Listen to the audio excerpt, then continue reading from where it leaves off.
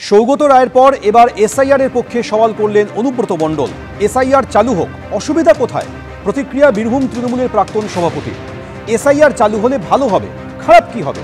প্রতিক্রিয়া অনুব্রত। এসআইআর চালু হোক না, অসুবিধা কি আছে? এসআইআর চালু তো ভালো হবে, কোনো প্রবলেম নেই, ভালোই হবে, খারাপ কি হবে? পরিষ্কার পরিচ্ছন্ন হবে। হ্যাঁ। এর আগে সৌগত রায় বলেছিলেন এসআইআর হবে, তার মানে ভোটার তালিকা কিছুটা সংশোধিত হবে, সে নিয়ে আপত্তি কিছু থাকতে পারে না। কি বলেছিলেন শুনুন।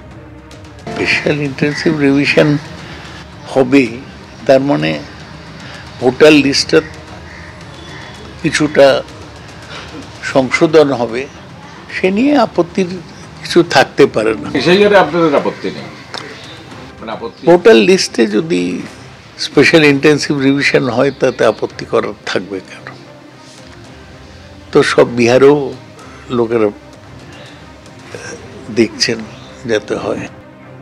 2026 সালের বিধানসভা নির্বাচনের আগে জোটের ডাক দিলেন অধীর চৌধুরী, মোহাম্মদ সেলিম। ধর্মনিরপেক্ষ শক্তিকে একজোট হওয়ার ডাক দিল কংগ্রেস, সিপিএম।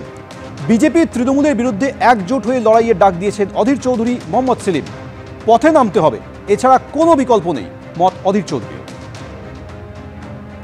যারা ধর্মনিরপেক্ষতায় এবং উদার মানসিকতায় বিশ্বাস করে সকলকে নিয়ে, সেখানে কি তৃণমূল থাকবে? তৃণমূল তো নিজে কমিউনাল পার্টি, তৃণমূল তো নিজেরা সাম্প্রদায়িক রাজনীতি করে।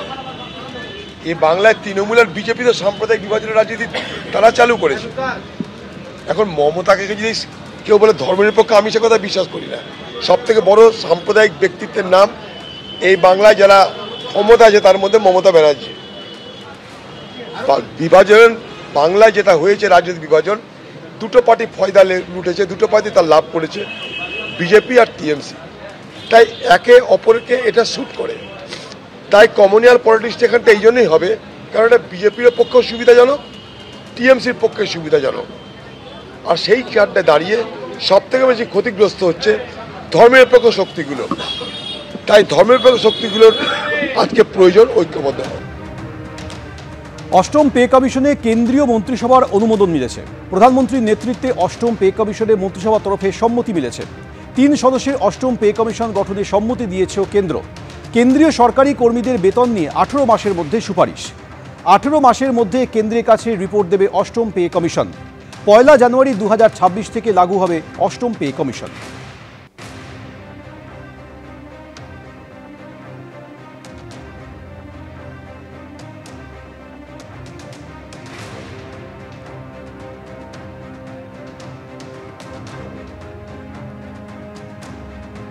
স্বাধীনতার পর থেকে বিভিন্ন দল ক্ষমতায় এসছে ভারতবর্ষকে চালানোর জন্যে, বিভিন্ন প্রধানমন্ত্রী হয়েছেন, এবং তাদের যে দায়িত্ববোধের মধ্যে, দায়িত্বের মধ্যে যেগুলো পড়ে, তার মধ্যে এই পে কমিশন গঠন এবং পে কমিশনের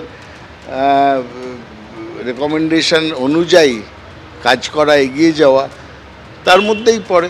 সুতরাং আজকে নরেন্দ্র মোদী সরকার তাদের একটা গুরুত্বপূর্ণ দায়িত্ব পালন করেছেন, এর বেশি কিছু না।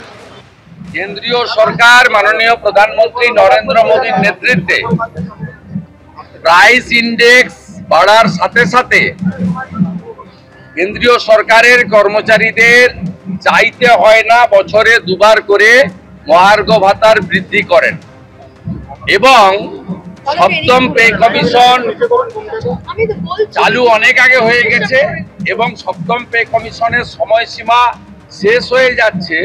শেষ হওয়ার পরে অষ্টম পে কমিশন তৈরি হলে বেশ কয়েকটা মাস চলে যায় তার রিপোর্ট দিতে।